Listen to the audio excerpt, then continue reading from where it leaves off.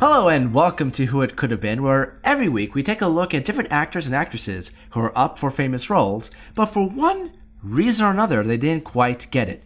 Would they have been worse? Would they have been better? Or would have they been, well, just plain weird? Like, for example, when Demos was cast to be in by Northwest. I wouldn't be as good as Cary Grant. No, you wouldn't. I would. Now, if they ever made a crappy direct-to-video sequel called South by Southeast, then we can talk. Every week leading up to Endgame, we have been talking about different actors who have been up for different MCU roles. We've been talking about Tom Cruise as Iron Man, Daniel Craig as Thor, David Duchovny as the Incredible Hulk. Tonight we're gonna go back to the Guardians of the Galaxy. And we're not so necessarily talking about an actor you would see, but an actor that you would hear. We all know that Bradley Cooper is the voice of Rocket Raccoon. But did you know that Marvel considered having Jim Carrey play the voice of Rocket? I did not know it, and I think it's a missed opportunity. I think that would have been baller as hell. So here's the problem. The public wouldn't have bought it because all they would think of is wacky and, Ace Ventura, The Mask, etc. Right. I'm not even going that far. Like even perhaps like the most air quotes dark and serious version of it being arguably the Riddler. Although The Mask is pretty damn dark too. Jim Carrey's never been asked to do anything air quotes hard. I think the hardest role he had was perhaps a member of the Rhode Island State Police. But by the way, points to you if you can identify that movie in the comments below. I feel like, though, if he could put that edge on it, because we know he's got the energy, we know he's got the tempo. But listen, this isn't to say that Bradley Cooper did a bad job. Maybe his job was better than what Jim Carrey would have produced, because I think Bradley Cooper, he has played characters in the military before, so he can get that emotion of tough and raw and kind of battle adrenaline into a role. When you think of Jim Carrey, you're wondering how on earth would he be able to channel that? That's the one limitation. But could he do so? I think the product that would happen would be far greater. What I'm going to guess before you fill in the gap there is that he tested for it and it didn't go well or something. As far as I can see, you just considered for the role, as were a couple of other comedians, some of which we will be covering in future episodes. However, there is a character that Jim Carrey played, and more recently, that pretty much tells me that he could have done it. And he could have done it very well. Not that I mean, he's extremely talented. Sure, as is Bradley Cooper.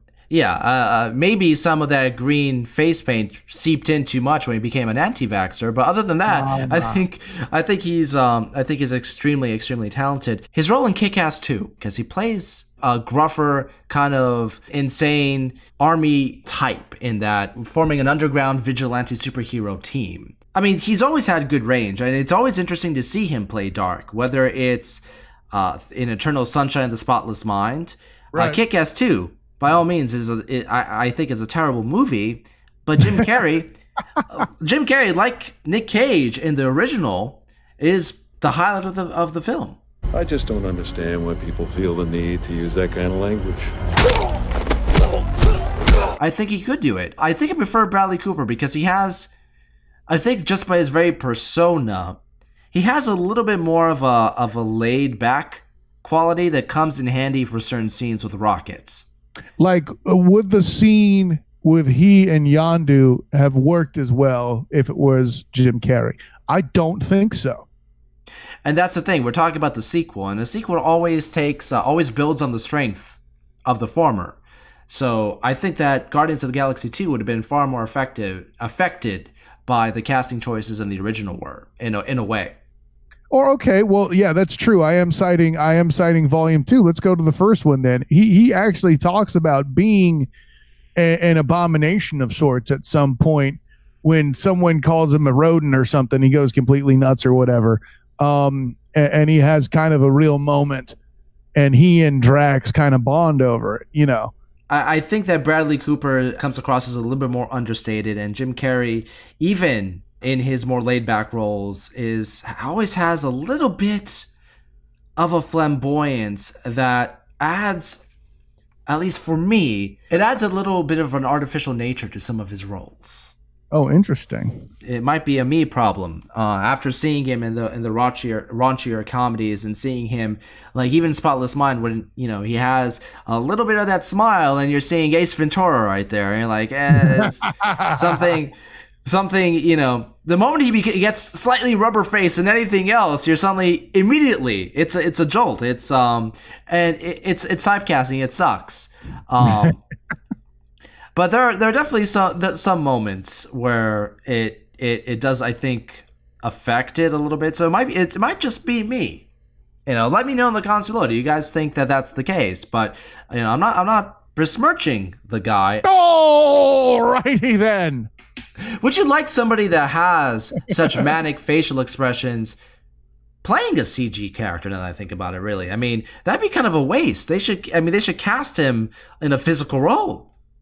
Well, actually, it depends on what the sensors can pick up, my man. Well, see, Bradley Cooper is in motion capturing Rocket. He's just blending the voice. But they would have if it was Jim Carrey. That's what I'm saying. I'm kidding. I don't really think you could get him to look like a raccoon. I'm sorry. And if they did, it would look kind of out of place and creepy, kind of like the live action Beast did. No, kind of like how the CG motion capture version of A Christmas Carol starring him. Oh boy. You're talking about nightmare fuel. If I saw those three spirits, I wouldn't be wishing myself a Merry Christmas the next morning. I'd be asking for an exorcist. So what do you want for Christmas, little boy? An exorcist. There are a bunch of crazy ghost monstrosities hanging around my house that kind of all look like me.